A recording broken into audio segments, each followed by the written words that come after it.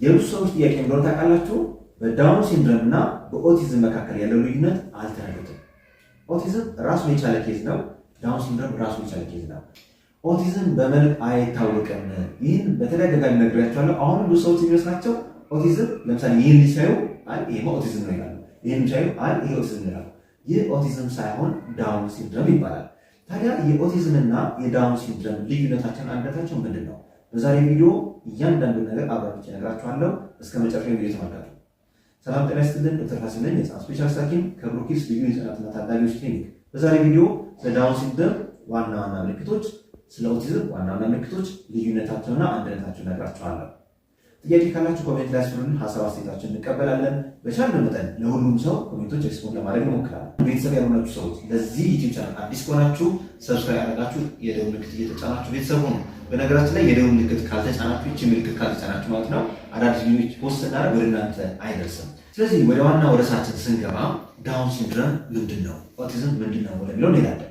ዳውን ሲንድሮም ማለት ጄኔቲክ ዲስኦርደር ክሮሞዞማል ዲስኦርደር ሲሆን ያ ማለት የክሮሞዞሞች ለውጥ የክሮሞዞም ቁጥር ለውጥ ነው። ያ ማለት እያንዳንዱ ሰው ሲወለድ 23 መንታ የሆኑ ወይም ጥንድ የሆኑ ክሮሞዞሞች አሉት። እያንዳንዱ ክሮሞዞም ላይ ሁለት ነው የሚጠበቀው። ሆኖም ግን ዳውን ሲንድሮም ህፃናት ላይ ልክ 21ኛው ክሮሞዞም ሁለት ነው ሲኖርበት 3 ይሆናል። 3 ሲሆን የዳውን ሲንድሮም ፊቸር ወይም የዳውን ሲንድሮም ምልክቶችን ያመጣል። ያ ማለት የአካላቸው ቅርጽ ይቀየራል። ለምሳሌ አይናቸው ጠባብ ይሆናል፣ የቻይና የምንለው ማለት ነው።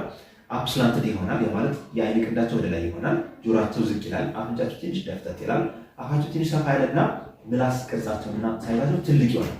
ያ ማለት አስሬ ምላሳቸው የማውጣት የማስገባት ነገር ሊኖራቸው ይችላል። እነዚህ ሁሉ ነገሮች የሚከሰቱት ክሮሞዞሙ 21ኛው ክሮሞዞሙ ላይ ሁለት መሆን ሲኖርበት 3 ከሆነ ይህ ዳውን ሲንድሮም ወይም ትራይሶሚ 21 ይባላል። ትራይ ከተባለ 3 ማለት አይደለም። ስለዚህ ትራይሶሚ 21 ከተባለ ዳውን ሲንድሮም ማለት ነው። ይህ በመልክ ይታወቃል። በማየት ብቻ ልንለያቸው እንችላለን። በተለይ የሕክምና ባለሙያ ከሆነ ገና አይተናቸው በአንድ ስፖርት መለየት የምንችለው ነገር ነው። ታዲያ ይህ ነገር እንዴት ሊከሰት ይችላል? ያ ማለት ሁለት መሆን ሲኖርበት 3 ሊሆን እንዲችል ምን ሊያደርግ ይችላል? የመጀመሪያው የእናት ወይም የአባት የእድሜ ጣሪያ ከፍ ያለ ከሆነ በተለይ ደግሞ የእናቶች በተለይ እድሜያቸው ከ35 ዓመት ወይም ከ40 ዓመት በላይ ከሆነ ከ35 ከሚወለዱ ህጻናት አንዱ ላይ ምናልባት ዳውን ሲንድሮም ሊያጋጥም ይችላል። ያ ሳይንሱ ያ ማለት ግን ሁሉ ማለት አይደለም፣ ግን ከስንት ሊያጋጥመን ይችላል። በተቃራኒ ደግሞ እድሜያቸው እናቶች ከ25 ዓመት በታች ከሆነ ከ1400 ህጻናት አንዱ ላይ ብቻ ነው ኬዙ የሚከሰተው። ቅድም እንዳልኳችሁ ግን እድሜያቸው 40-50 ዓመት በላይ ከሆነ ግን ከ35 ህጻናት ወይም ከ30 ህጻናት አንዱ ላይ ይህ ኬዝ ሊያጋጥመን ይችላል። ስለዚህ የመጀመሪያው ምክንያት የእናት እድሜ ከፍ ሲል ነው። ሁለተኛው ምክንያት ደግሞ እናት ወይም አባት የዘር ስሪት ውስጥ ዘሮች ሲመረቱ ማይቶሲስ፣ ሜዮሲስ የሚባሉ የሴል ዲቪዥኖች ወይም መከፋፈሎች አሉ። እነዚህ መከፋፈሎች አንዱ ሴል ሲከፈል ሁለቱን ፔር ይዞ ከሄድና አንዱ ባዶ ከሆነ ያ ሁለት ፔር ይዞ ሄድና የእናት 2 የአባት 1 ከሆነ 3 ይሆናል። ትራይሶሚ ሆነ ማለት ነው። ይህ ዳውን ሲንድሮም ያመጣል። ሶስተኛው ይህ ችግር ሊከሰት የሚችለው ደግሞ በዘመዳሞች መካከል የጋብቻ ነገር ከተከሰተ ይህ ኮንሳንጉኒየስ ሜሬጅ ይባላል።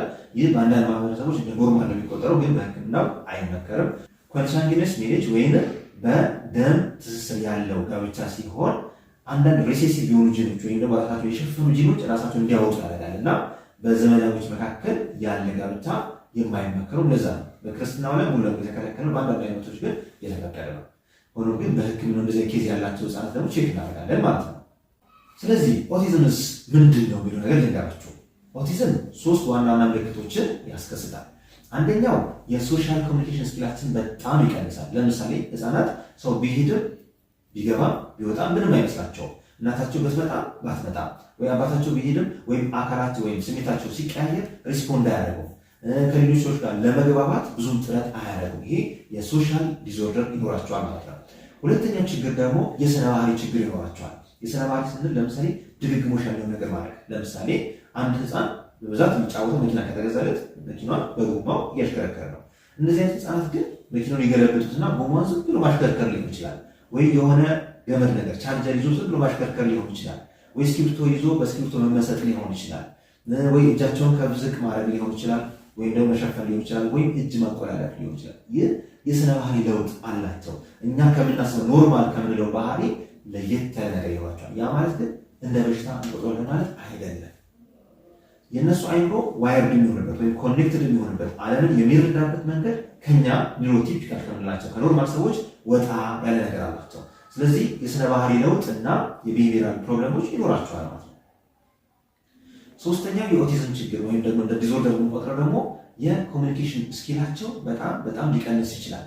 ኮሚኒኬሽን ስንል በቋንቋ ሊሆን ይችላል። ስለዚህ የቋንቋ እድገታቸው ወይም የንግግር ክህሎታቸው በጣም ዝቅተኛ ሊሆን ይችላል። አብዛኞቹ ነን ቨርባል የሚባሉ ናቸው፣ የንግግር ብቃት ስለማይኖራቸው። አንዳንድ ግን ቨርባል ነው እያወሩ ኦቲስቲክ ህፃናት አሉ። በምንድን ነው እሱ የሚታወቀው? የህፃን ስፔሻሊስት ጋር ቀርቦ ወይም ሳይካትሪስት ጋር ቀርቦ ክራይቴሪያዎቹን ቼክ በማድረግ ብቻ እንጂ አንድ ልጅ ስላላወራ ብቻ ኦቲስቲክ ነው ማለት አይደለም።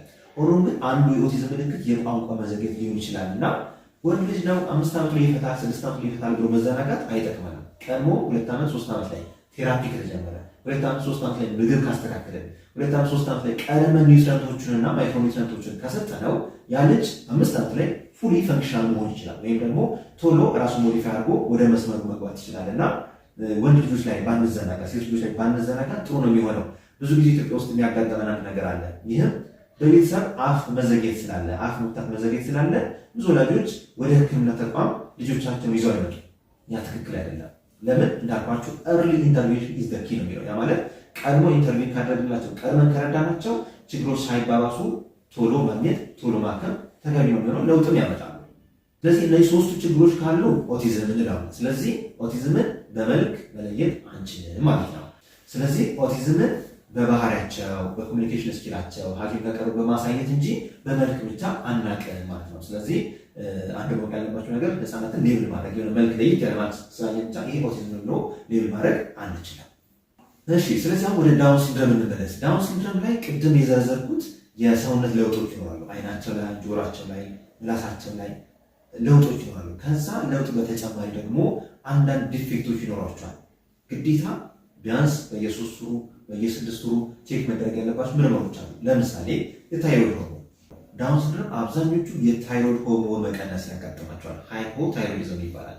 ለሱ የሚሰጥ ራሱን የቻለ መድኃኒት አለ እና የዳውን ሲንድሮም ህፃናት ግዴታ ክትትል ይፈልጋል። ገና ከተወለዱ ጀምሮ የታይሮይድ ፈንክሽን ቴስት ቼክ መደረግ አለበት። የልብ አልትራሳውንድ ያስፈልጋቸዋል። ሌሎች የአንጀት ስራዎቻቸውን ቼክ ቢደረጉ ጥሩ ነው።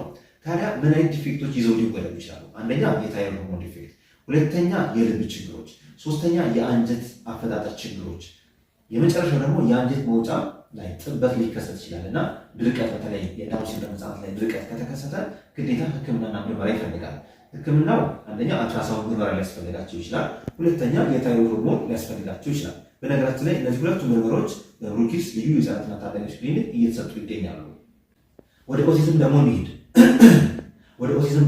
ኦቲዝም ላይ ራሱን የቻለ የዋናው ዳያግኖዝ የምናደርግበት ዋና ምልክቶች ኢንተርቪው ራሱን የቻለ ቼክ እናደርጋለን። ከዛ ቀጥሎ ደግሞ በምን እንርዳቸው ለሚለው ደግሞ ራሱን የቻሉ ቼክአፖች አሉ። በጣም ብዙ ቴስቶች ያስፈልጓቸዋል። ኦቲስቲክ የሆነ ህፃን በሙሉ ቀጥታ ቴራፒ ብቻ ብለን መሸኘት አንችልም። ሌሎች ማይክሮኒውትሪየንት ዴፊሽንሲዎች ካሉ ቼክ ማለት በተለይ ከፎሌት ጋር የተገናኘ።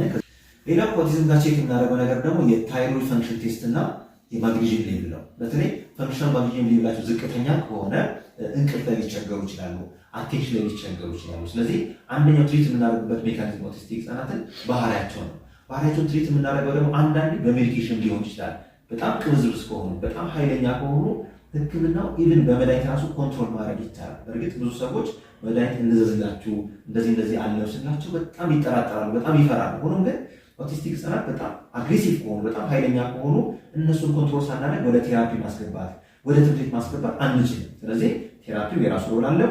ህክምናው በሳይንሱ ደግሞ በመድኃኒት የሚሰጡ ራስ የቻለ ህክምና አላቸው እና ምናልባት ከኦቲዝም ጋር የተገናኙ ምርመሮችን ህክምናዎችን ማግኘት ከፈለጋችሁ ከታች ባሉ 3 ስልኮች ደውላችሁ ብሩኪንስ ልዩ የህፃናትና ታዳጊዎች ክሊኒክ መምጣት ትችላላችሁ። አድራሻችን ጥሩ ኃይሎች አብሮስታ ድልድይ ስር ወይም በአዲሱ የራ መንገድ ላይ ያገኙናል። በነገራችን ላይ ብሩኪንስ ልዩ የህፃናትና ታዳጊዎች ክሊኒክ ስራ ከጀመረ ነው 6 ወር ሞላው። በዚህ ክሊኒክ የ24 ሰዓት አገልግሎት ከሰኔ 2 ጀምሮ ጀምረናል። ከዛ በተጨማሪ ደግሞ እጅግ ዘመናዊ የሚባል ዘመን አፍራሽ የሆነ እጅግ ዘመናዊ አልትራሳውንድ አስገጥመናል። ይህ አልትራሳውንድ እንደምታዩት በጣም ዘመናዊ ነው። ሃይ ሪዞሉሽን አልትራሳውንድ ነው። የጂኢ ምርት ነው። በዚህ አልትራሳውንድ የአዋቂዎችን የህፃናትን ምርመራ እየተደረገ ይገኛል። ምናልባት አልትራሳውንድ ምርመራ ከፈለጋችሁ ከታች ባሉ ስልኮች ደውላችሁ ቀጠሮ ማስያዝ መምጣትም መታከም ትችላላችሁ። ዶክተር ፋሲል የህፃናት ስፔሻሊስት ሐኪም ከብሩኪንስ ልዩ የህፃናትና ታዳጊዎች ክሊኒክ መልካም ጊዜ